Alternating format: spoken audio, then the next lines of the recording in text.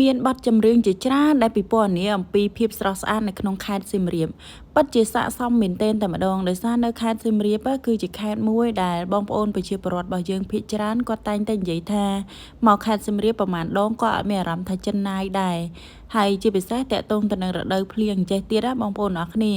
ខ្ញុំជិះកាត់របតាមនឹងមកគឺយើងឃើញទេសភាពតកតងទៅនឹងចំការចន្ទីនិងចំការផ្សេងរបស់បងប្អូនប្រជាពលរដ្ឋដែលគាត់ដាំនៅទីកន្លែងហ្នឹងចាស្របពេលដែលយើងមើលឃើញភ្នំកលែនលឹមមើលឃើញទេសភាពស្អាតអញ្ចឹងប្រៀបដូចជាមានឱសថមួយក្នុងការដែលព្យាបាលបំបត្តិនៅភាពតានតឹងនៅក្នុងអារម្មណ៍របស់យើងអញ្ចឹង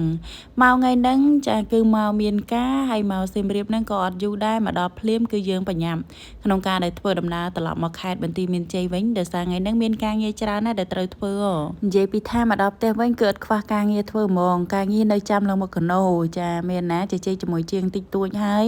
ចាឥឡូវនេះគឺមកដកស្មៅតិចតួចសិនមុនពេលដែលខ្ញុំត្រូវទៅសេរីសុភ័ណ្ឌបន្តដោយសារមានការងារធ្វើបន្តទៀតនិយាយទៅថ្ងៃនេះអាចនិយាយបានថាទិវាធ្វើដំណើរតែម្ដងតាំងពីព្រឹកដល់ល្ងាចគឺជិះទៅជិះមករហូតមិនដឹងថាមិនទេត្រឡប់ទៅត្រឡប់មកពេញទៅនឹងឯង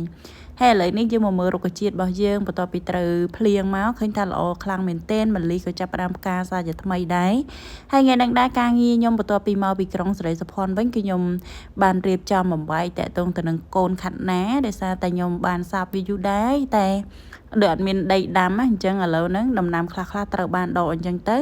ខ្ញុំក៏យកវាមកដាំកន្លែងចន្លោះនិយាយទៅខ្ញុំដាំគ្មានរងគ្មានជួយទេចាឲ្យតែដីកន្លែងណាតនេខ្ញុំចេះតែដាំចន្លោះវាសិនទៅ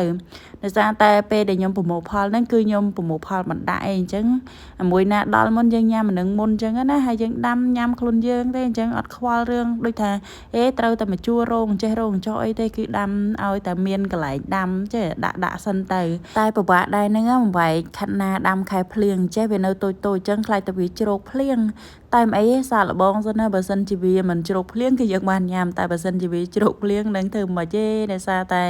ចារដូវភ្លៀងពិបាកដាំអាកូនដំណាំតូចនឹងវាភាគច្រើនជ្រោកភ្លៀងតែម្ដងមកមើលតកតងទៅនឹងទៀបបារាំងរបស់យើងដែលខ្ញុំចាបេះស្លឹកវាចេញម្សិលមិញដែលវាទុនដើមឥឡូវខ្ញុំបេះស្លឹកចេញទៅមានណាដើមគេឈរវិញឡើងត្រង់មើលទៅឡើងល្អមែនទែនវីដេអូរបស់យើងបានមកដល់ទីបញ្ចប់ហើយអរគុណការចូលចិត្តមើលវីដេអូមួយនេះជូនពរសុខភាពល្អសំណាងល្អជួបគ្នាបន្តនៅវីដេអូក្រោយៗទៀតជម្រាបលាបាយបាយ